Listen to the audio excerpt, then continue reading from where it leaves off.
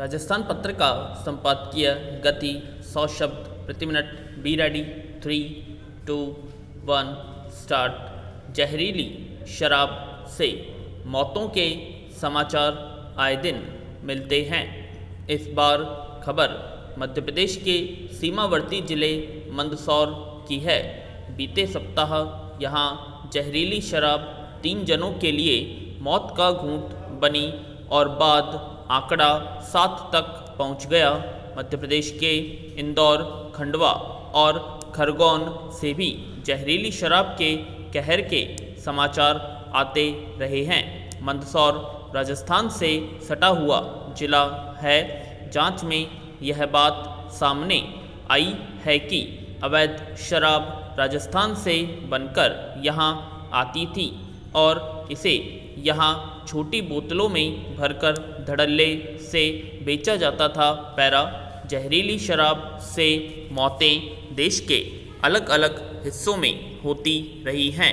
इसी साल उत्तर प्रदेश के अलीगढ़ में जहरीली शराब से 50 से अधिक लोगों की जान चली गई थी। मध्य प्रदेश में 29 और राजस्थान में 11 लोगों की मौत जहरीली शराब पीने से हुई। अगस्त 2020 में जब पूरा देश कोरोना की महामारी के संकट से जूझ रहा था, तब पंजाब में करीब 111 लोगों ने जहरीली शराब पीने के बाद तड़प तड़प कर दम तोड़ा था। कोरोना संकट के दौरान ही नवंबर 2020 में हरियाणा के सोनीपत में 28 मौतों को भी अभी तक कोई नहीं भूला है।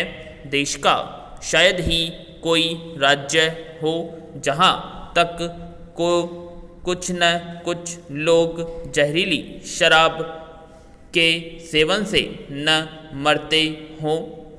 जहरीली शराब बनाने का सिलसिला भी नया नहीं है। आज़ादी के बाद से हज़ारों लोग जहरीली शराब से काल के गाल में समा चुके हैं। जहरीली शराब के कारोबार पर कई फिल्में बन चुकी हैं। इसके बावजूद अगर राज्य प्रशासन आंख मूंदकर काम कर रहे हैं तो यह चिंतनीय है। इन घटनाओं के बाद विशेष जांच दल, न्यायिक जांच जैसे कई प्रयास सरकारें करती रही हैं।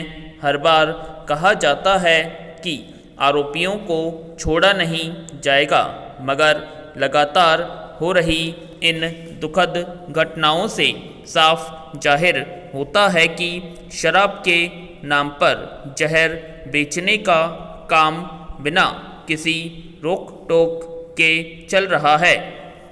सभी जानते हैं कि शराब बनाने के लिए व्यापक स्तर पर लाइसेंस की ज़रूरत होती है, जिसमें आबकारी विभाग मुख्य रूप से शामिल होता है। चूँकि शराब की बिक्री राज्यों के लिए राजस्व आय का बड़ा स्रोत है, इसलिए इसके रेगुलेशन भी सख्त हैं। शराब बनाने से लेकर इसकी बिक्री तक सभी सरकार के स्तर पर नियंत्रित हैं। तब भी अगर किसी जिले में जहरीली शराब बन रही है तो यह स्थानीय प्रशासन की मिलीभगत के बिना संभव नहीं है। अब देखने वाली बात है कि आगे जहरीली शराब के सेवन से किसी की मौत न हो, इसके लिए केंद्र से लेकर राज्य सरकारें व स्थानीय प्रशासन क्या कदम उठाते हैं। पैरा पेट्रोल डीजल की बढ़ती कीमतों पर सियासत गरमाने और चौतरफा विरोध के बावजूद केंद्र सरकार इन पर कर में कटौती नहीं करना चाहती। एक तरह से सरकार पेट्रोलियम करों की आदी हो गई है। सरकार की इन करों पर निर्भरता बढ़ती जा रही है, क्योंकि इसकी अन्य स्रोतों से राजस्व की गणना बेपटरी हो गई है। हाल ही जारी आंकड़ों में गत वर्ष पेट्रोल व डीजल पर शुल्क से सरकार को प्राप्त राजस्व में 74% की बढ़ोतरी देखी गई, जबकि कच्चे तेल की कीमतें घटी थी और उपभोग कम हुआ था। दरअसल आर्थिक मंदी के बावजूद पेट्रोलियम पदार्थों पर उच्च करों के चलते वित्तीय वर्ष 2019-20 के मुकाबले सरकार का वित्तीय वर्ष 2020-21 में कुल कर संग्रह अधिक रहा। सकल कर राजस्व में अप्रत्यक्ष कर राजस्व अधिक हो तो आमतौर पर यह प्रतिगामी व गरीबों को चोट पहुंचाने वाला माना जाता है। चिंताजनक यह है कि वित्त वर्ष 2020-21 में औद्योगिक कर राजस्व व्यक्तिगत आयकर संग्रह से कम रहा, यानी आम लोगों पर प्रत्यक्ष अप्रत्यक्ष करों का बोझ उद्योगों से अधिक था। 2019 में दूसरी बार जनादेश मिलने के बाद मोदी सरकार ने कॉरपोरेट करों में कटौती की जाहिर है। इससे निजी क्षेत्र में निवेश को प्रोत्साहन मिलने की उम्मीद थी, पर स्थायी सकल पूंजी निर्माण GFCF के रुझान देखें तो ऐसा नहीं हो सका। पैरा पेट्रोलियम करों पर सरकार की अत्यधिक निर्भरता स्वस्थ परंपरा नहीं है। ईंधन की उच्च कीमतों में महंगाई बढ़ाने का दबाव रहता है और इससे आर्थिक गतिविधियां मंद पड़ सकती है। सरकार के समक्ष विकल्प क्या है? वित्तीय हालत देखें तो निकट भविष्य में पेट्रोलियम करों में कटौती का कदम संदिग्ध है। उम्मीद ही की जा सकती है कि अंतर्राष्ट्रीय बाजार में कच्चे तेल की कीमतों में गिरावट आएगी और उसके अनुरूप ईंधन का खुदरा कीमतों में भी गिरावट आएगी, लेकिन यह हो जाएगा ऐसा मानकर बैठ जाना भी बहुत मुश्किल है।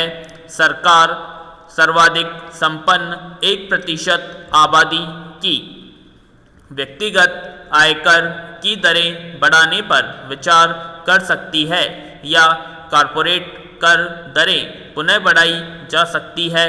पैरा बहुत से लोगों ने पहला विकल्प सुझाया है, पर सरकार की चिंता है कि इससे संपन्न वर्ग विदेशों की ओर अधिक आकर्षित होगा। सिद्धांततः सरकार कॉरपोरेट कर बढ़ा सकती है, पर इसकी संभावना न के बराबर है।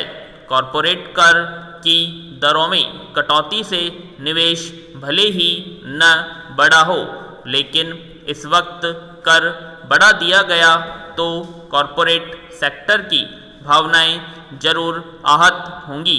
ऐसे में सरकार क्या कर सकती है?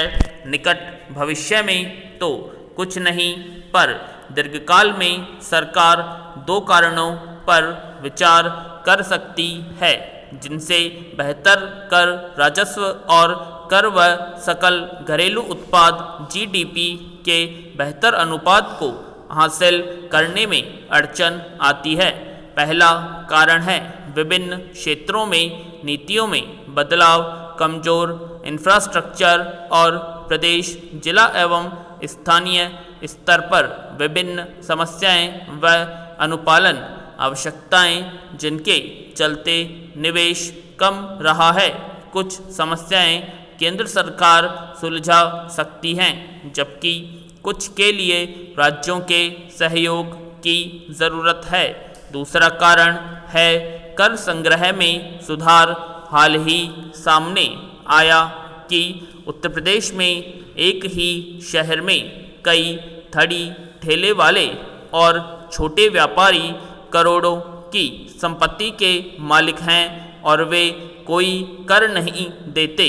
समृद्ध उद्यमियों व फर्मों द्वारा कर अपवंचना ऐसी समस्या है जिस पर सिर्फ बात होती है।